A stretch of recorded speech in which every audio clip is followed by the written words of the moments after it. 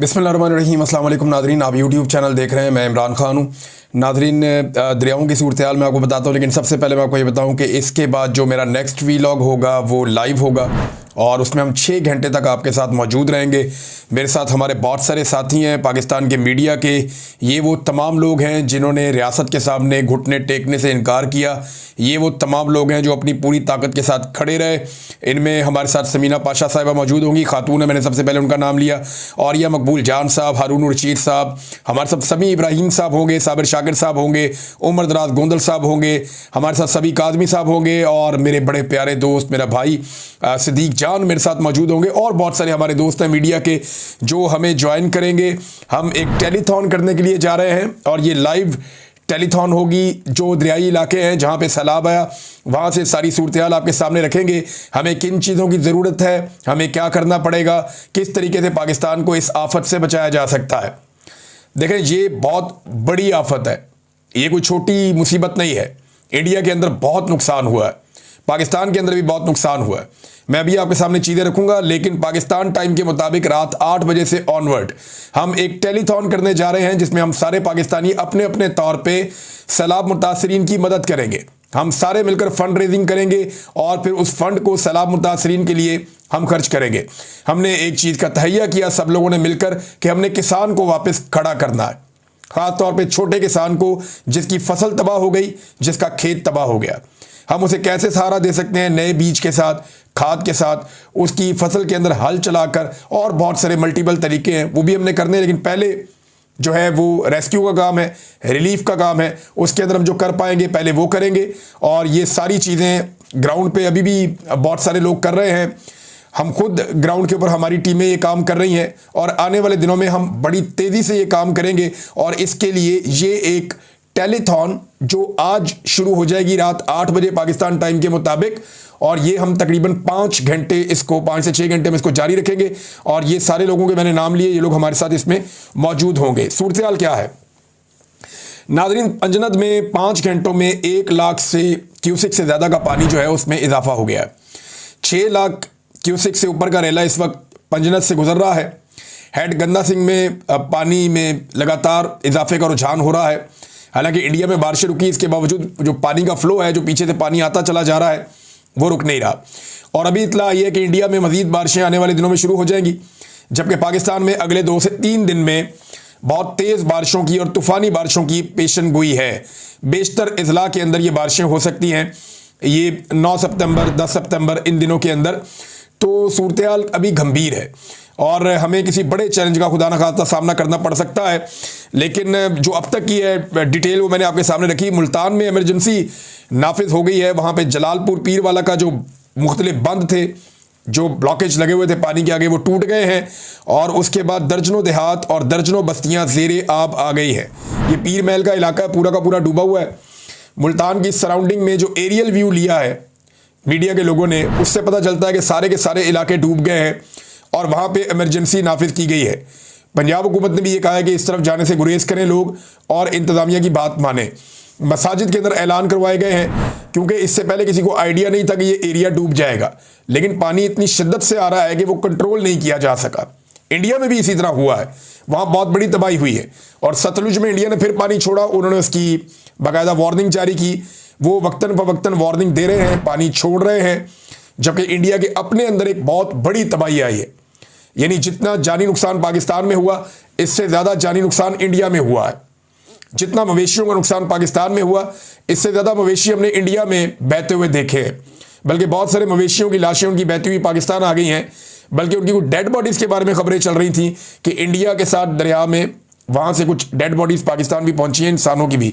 एहसन इकबाल साहब जो हमेशा बड़ी लंबी प्लानिंग करते हैं, लंबी बात करते हैं, तो एहसन इकबाल साहब ने बताया और ये इस बात का एतराफ़ किया कि सैलाब ने हमें 30 साल पीछे धकेल दिया है। ये एहसन इकबाल साहब कह रहे हैं। अब मुझे ऐसा लगता है कि ये वो कह रहे हैं हमारी 30 साल की जो मेहनत है वो सैलाब बहाकर ले गया है। सैलाब से सड़कें, रास्ते, पुल और देहात सारे हमारे तबाह हो गए हैं, ये एहसन इकबाल साहब ने कहा। फिर एक और जगह पे एहसन इकबाल साहब कहते हैं कि ये भारत ने हमसे बदला लिया अपनी शिकस्त का।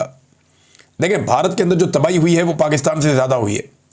उनका किसान पाकिस्तान से ज़्यादा मुतासर भी हुआ है, उनके देहात, उनकी फसलें भी तबाह हुई हैं। उनके मवेशियों का नुकसान बहुत बड़ा है, जानी नुकसान भी भारत में बहुत बड़ा हुआ है।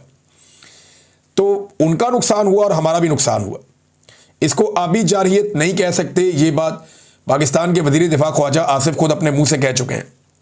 अब इंडिया में डाल के तो आप नहीं बच सकते ना।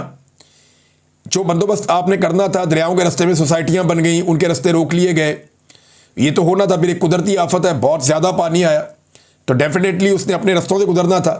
जब आप रास्ते ब्लॉक करेंगे तो पानी अपने रास्ते बदलेगा। तबाही तो ज़्यादा इंडिया में आई है, पाकिस्तान ने तो ऐसा लगता है खुद तबाही को दावत दी है। हमारी बैड गवर्नेंस की वजह से, नाकिस प्लानिंग की वजह से भी हमें मार पड़ी है। तो नाजरीन, इस वक्त यानी इंडिया में तो बारिशें उसी वक्त हो रही थी ना, वहाँ तो सैलाब का उनको आइडिया नहीं, मौका ही नहीं मिला संभलने का। लेकिन हमें तो पहले से हम आगाह हो गए थे कि इतने दिनों के बाद आ रहा है। इसके बावजूद हम अपने मवेशियों को, अपने लोगों को, अपने नुकसानात को कम करने में हम कामयाब नहीं हुए। ये एक एहसन इकबाल साहब का एतराफ़ है बैड गवर्नेंस का। यानी अब वो सैलाब के खाते डालेंगे अपनी सारी नाकामियों को। ये जो आगे आने वाले दिनों में महंगाई आएगी, जो बेरोज़गारी आएगी, जो गुर्बत आएगी, जो परेशानी आएगी, एहसन इकबाल साहब ने उसको सैलाब के खाते में डाल दिया। बांग्लादेश में बहुत सैलाब आते हैं, उन्होंने कभी ऐसा नहीं कहा कि हम 30-40 साल पीछे चले गए। वो दोबारा खड़े होते हैं, फिर से अपने आप को बनाते हैं, और 2 साल के बाद पता भी नहीं चलता कि वहाँ कोई मुसीबत आई थी। अब इंडिया में पाकिस्तान से तकरीबन आप एक जैसा कर लें चले, जैसा सैलाब पाकिस्तान में आया वैसा ही इंडिया में भी आया। लेकिन इंडिया में किसी ने नहीं कहा कि वो 30 साल पीछे चले गए। आप 1-1.5 साल के बाद, 2 साल के बाद देखिएगा इंडिया में सारी चीज़ें नॉर्मलाइज हो जाएगी। लेकिन पाकिस्तान में क्योंकि हुकूमत अवाम के ऊपर ही छोड़ देती है, वो मुतासरीन के ऊपर ही छोड़ देती है कि अपनी कमर खुद ही सीधी करो, अपना इलाका खुद ही ठीक करो, अपने मामलात को खुद बेहतर करो, लिहाजा यहाँ पे फिर चीज़ें जल्दी ठीक नहीं होती। तो इस तरह के बहाने बनाए जाते हैं, जनाब सैलाब की वजह से हम तबाह हुए, वरना हम तो बहुत कोई स्विट्ज़रलैंड बनने जा रहे थे। अब ये चीनी का, गंदम का और चावल का जो हालिया बहरान है, ये याद रखिएगा सैलाब से पहले का है। ये जो गंदम वाला इन्होंने पाकिस्तानियों को चूना लगाया और किसान को ख़ास तौर पे, ये सैलाब से पहले का है। ये चीनी वाला स्कैंडल सैलाब से पहले का है। और ये जो हालिया बहरान पैदा हो गया हमारे सरों के ऊपर, ये चावल का भी, ये इनकी वजह से है और इनकी मेहरबानी की वजह से है। लिहाजा एहसन इकबाल साहब ये कह रहे हैं कि 30 साल पीछे हमें धकेल दिया, ये एक बिलावजह कहानी है।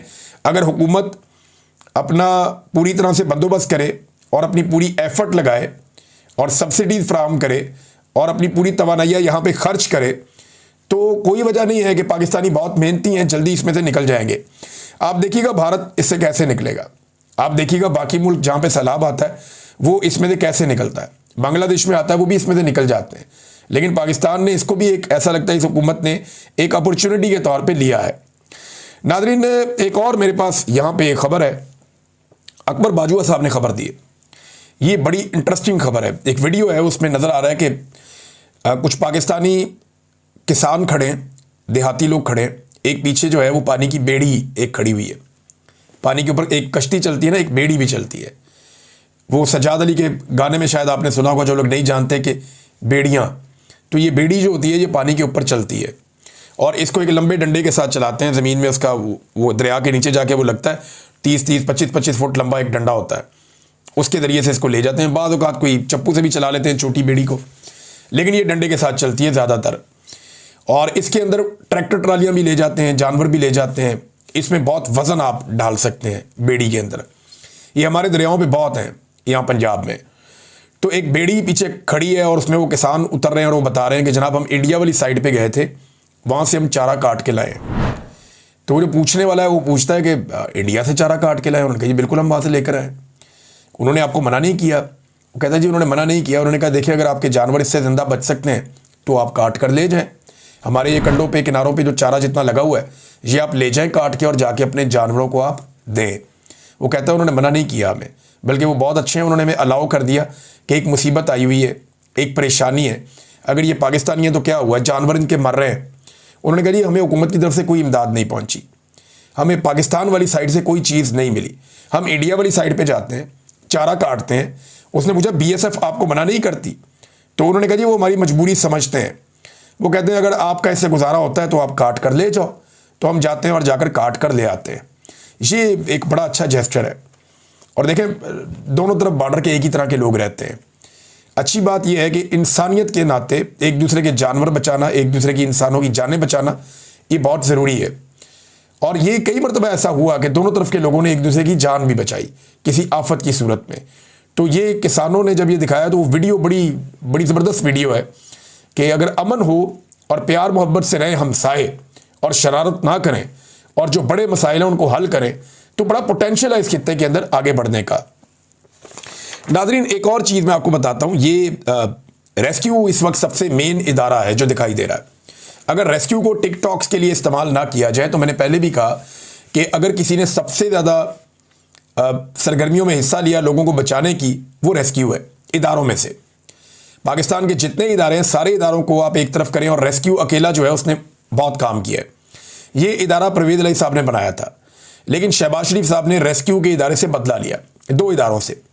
परवेज़ इलाही साहब ने ट्रैफिक वार्डन बनाए थे और एक रेस्क्यू 1122 बनाई थी। इन दोनों से शहबाज शरीफ ने बदला लिया। वार्डन्स की तो कई सालों तक उन्होंने तनख्वाहें नहीं बढ़ाई, उन्हें बहुत तंग किया। वो बेचारे एहतजाज करते थे, रोते पिटते थे कि जनाब परवेज़ इलाही का इसके ऊपर छाप है, लिहाजा हमने इसको चलने नहीं देना। दूसरा जो आपका ये था रेस्क्यू 1122, शहबाज शरीफ साहब ने इसको भी इसकी वो हालत कर दी कि यहाँ पे मेरे पास ये खबर है, ये देखें, ये इस खबर के अंदर बाकायदा ये इश्तिहारात छपे हुए हैं और ये इश्तिहारात अखबार के अंदर छपे हुए हैं और लिखा हुआ है आपका माली ताउन जिंदगी बचाने में मुआवन, donate to rescue 1122 to save lives. यानी रेस्क्यू 1122 को आप डोनेशंस अपनी दें, यानी चंदे पे चलने वाला इदारा इसको बनाकर रख दिया। नेशनल बैंक ऑफ पाकिस्तान का PCSIR ब्रांच लाहौर में FC कॉलेज के साथ जो है, यहाँ मैं पढ़ता था, इधर हम खाना खाने जाते थे, तो उन्होंने कहा जी एमरजेंसी सर्विस फंड के अकाउंट नंबर, आगे अकाउंट नंबर लिखा हुआ है, इसके अंदर पैसे जमा करवा दें। तो शहबाज शरीफ के दौर में इसी रेस्क्यू 1122 को चंदे से भी चलाया गया और फिर जब पाकिस्तान तहरीक इंसाफ का दौर आया तो उन्होंने हर जिले तक इसको फैलाया। परवेज़ इलाही वापस आ गए ना, स्पीकर बन गए पंजाब असम्बली के, उस्मान बुज़दार वज़ीर आला बन गए। तो क्योंकि परवेज़ इलाही का एक प्रोजेक्ट था, बड़े अरसे तक यतीम रहा, तो उन्होंने आकर कहा जी फैलाओ इसको दोबारा। आज वही रेस्क्यू 1122 है जो परवेज़ इलाही साहब के दौर में और उस्मान बुज़दार के दौर में तमाम ज़िलों तक फैलाया गया। आज वो रेस्क्यू 1122 काम आ रहा है। अगर मरियम नवाज साहिबा अपने टिकटॉक रोक दें, ये जो थोड़ी देर के बाद जाके रेस्क्यू वालों को सबको इकट्ठा कर लेती हैं और उसके बाद वहाँ टिकटॉक्स बनते हैं, अगर ये चीज़ें रोक दी जाएं तो मुझे उम्मीद है कि ये लोग मज़ीद काम कर सकेंगे, इनके ऊपर से दबाव हट जाएगा। फिर एक और ख़बर है कि माहौलियात को नुकसान पहुँचाने के हवाले से लाहौर में नाज़रीन हमने बहुत दफ़ा एहतजाज किया, बहुत दफ़ा रिक्वेस्ट की, लेकिन शरीफ ख़ानदान मानता ही नहीं था। इन्होंने लाहौर में अंधाधुंध कटाइयाँ की हैं दरख्तों की।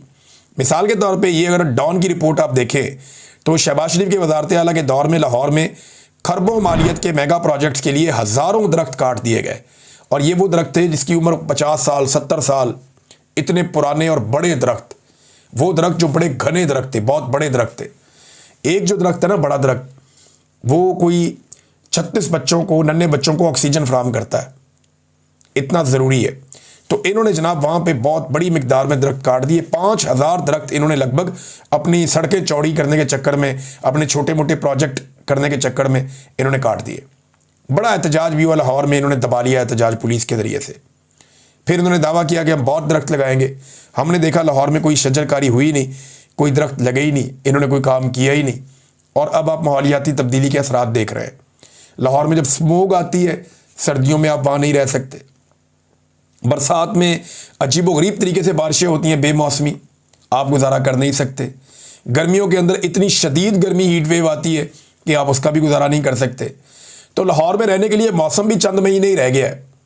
यानी अभी मैं स्मोक के बारे में पढ़ रहा था कि जो शख्स लाहौर के अंदर पूरा साल गुजार लेता है और जो स्मोक के महीने हैं, जब ये हवा में स्मोक आ जाती है, कार्बन, तो आप जब वहाँ पे रहते हैं कुछ अरसा तो आपकी ज़िंदगी के चंद साल कम हो जाते हैं। ये मैंने बाकायदा रिसर्च पढ़ी है कि लाहौर का जो AQI है, एयर क्वालिटी इंडेक्स, वो सर्दियों में इतना ख़राब हो जाता है कि वहाँ पे रहने वाले आदमी की ज़िंदगी कम हो जाती है। ये नाज़रीन हालात हैं।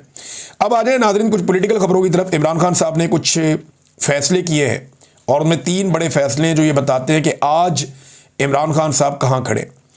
पहला फ़ैसला उनका ये है कि लाहौर में मिलिट्री कोर्ट से जो सज़ा पाने वाले मियाँ अकरम उस्मान साहब, ये मियाँ महमूद रशीद साहब के दामाद भी हैं और बड़े अच्छे आदमी हैं, इन्होंने बड़ी कुर्बानी दी है। ये उन लोगों में से हैं जिन्होंने फस्तायत के ख़िलाफ़ इलेक्शन लड़के जीता भी था। तो अकरम उस्मान साहब को लाहौर का सदर बना दिया गया है। इससे पहले जो हैं वो शेख इम्तियाज़ साहब ने बड़ा शानदार काम किया, बड़े मुश्किल हालात में लाहौर के सदर के तौर पे बड़े सबसे टफ हालात में उन्होंने काम किया। अब मियाँ अकरम उस्मान साहब आए, एक बड़ा इम्तिहान है, लेकिन इससे पता चलता है कि इमरान खान साहब अग्रेसिव मोड के अंदर है। मिलिट्री कोर्ट से जिसको सज़ा हुई उसको लाकर बनाया लाहौर का सदर। फिर 8 सितंबर की जो हड़ताल है उसकी उन्होंने मुकम्मल हमायत की।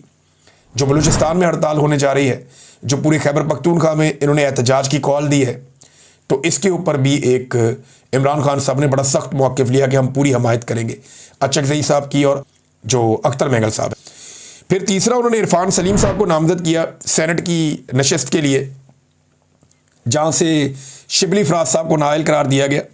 तो ये चीज़ें बताती हैं इमरान खान साहब अपने मौक़िफ़ से 1 इंच भी पीछे नहीं हट रहे और एस्टेब्लिशमेंट की जो ख्वाहिश है वो फ़िलहाल पूरी होती हुई दिखाई नहीं दे रही। इस वक्त इमरान खान साहब नाज़रीन जो गिरफ़्तार हैं वो अल-कादर ट्रस्ट केस के अंदर गिरफ़्तार हैं। ये मैं ज़रा थोड़ा आपको बताऊं कि वो अंदर क्यों हैं। इमरान खान साहब इस वक्त जो जेल के अंदर बंद हैं, उन्हें अल-कादर ट्रस्ट का जो केस था उसमें सज़ा सुनाई गई है, वो उसकी सज़ा काट रहे हैं, उसके बारे में जेल में वो बंद हैं। जो 9 मई वाले मुकदमात हैं उनमें इमरान खान साहब की बेल हो चुकी है और ये जो अभी केस चल रहा है अदालत के अंदर, इसमें भी वो गिरफ़्तार नहीं है। तोशाखाना 2 वाला इमरान खान साहब गिरफ्तार हैं अल-कादर केस में। अब अगर अल-कादर केस लग जाता है इस्लामाबाद हाई कोर्ट में, जिसे जस्टिस सरफराज डोगर साहब जो चीफ जस्टिस बनाए गए हैं लाहौर से लाकर, वो लगने नहीं दे रहे और बड़े लंबे अरसे से उन्होंने इस केस को लगने से रोका हुआ है। वकील ये कहते हैं जैसे ही हाई कोर्ट में लगेगा, ये चंद घंटों का केस है, हम पहली दूसरी पेशी पे इमरान खान साहब को बाहर ले आएंगे। इमरान खान साहब इस अकेले केस में बाहर हैं, यूनिवर्सिटी बनाने वाले केस में। अगर ये केस लग जाता है, फ़र्ज़ करें 1 दिन में 2 दिन में, जैसे ही ये केस लगेगा इस्लामाबाद हाई कोर्ट में, इसका फ़ैसला आना पड़ेगा। इसका फ़ैसला आते ही अदालत की छुट्टियां ख़त्म हो गई हैं, इमरान खान साहब जेल से रिहा होकर बाहर आ जाएंगे। होना तो ये चाहिए। लेकिन अब जो तोशाखाना 2 वाला मामला है उसकी समातें तेज़ कर दी गई हैं, वहाँ पर ज़रा रफ्तार बढ़ा दी गई है ट्रायल की, ताकि उसमें इमरान खान साहब को सज़ा सुना दी जाए और अल-कादर वाली अपील लगा दी जाए। अगर अल-कादर वाली अपील लगा दी जाती है और तोशाखाना 2 के अंदर सज़ा सुना दी जाती है, तो फिर इमरान खान साहब को अगर अल-कादर में बाहर भी छोड़ देते हैं तो तोशाखाना 2 में वो जेल काटते रहेंगे। फिर उसके अंदर भी 2-3 महीने गुजारने का मौका मिल जाएगा कि वो अपील करेंगे, अपील नहीं लग रही, नहीं लग रही, नहीं लग रही। तो उन 2-3 महीनों के अंदर इमरान खान साहब को अंदर रखने के लिए फिर 9 मई को इस्तेमाल किया जाएगा कि कहीं इमरान खान साहब को फाइनली 9 मई की सज़ा सुना दी जाए। तो अभी तो सिस्टम इमरान खान साहब को अंदर रखने के लिए पूरा जोर लगा रहा है और इमरान खान साहब की जान खतरे में है। इसके बारे में भी लोग बात करते रहते हैं, बार बार बात करते हैं। और जो शरीफ ख़ानदान है, उन्होंने एक्सटेंशन का जो एक फ़ैसला किया है उसके लिए उनकी जानिब से कुछ शराइत हैं, कुछ दूसरी जानिब से भी बातें हैं, और वो बातें मार्केट में आ गई हैं और जो रह गई हैं वो भी आ जाएंगी आने वाले दिनों में। ऐसी चीज़ें कोई छुपी नहीं रहती।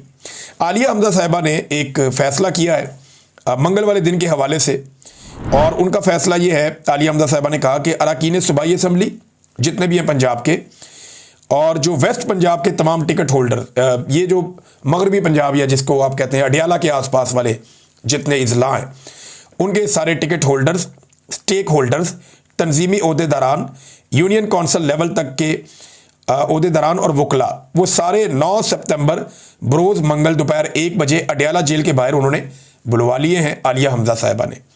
और ये ज़ईम लगारी साहब ने ये खबर ब्रेक की है। उन्होंने बताया जी कि ये आलिया हमजा साहिबा ने किया कि इन सारों को बुलाया जाए और बुलाकर वहाँ पे एहतजाज किया जाए अदालत के बाहर, या जो प्रेशर डेवलप करना है वो किया जाए। अब अगर तोशाखाना वाला केस आज चलता है तो वहाँ क्या सूरत हाल बनती है इसके बारे में अभी कुछ नहीं कहा जा सकता।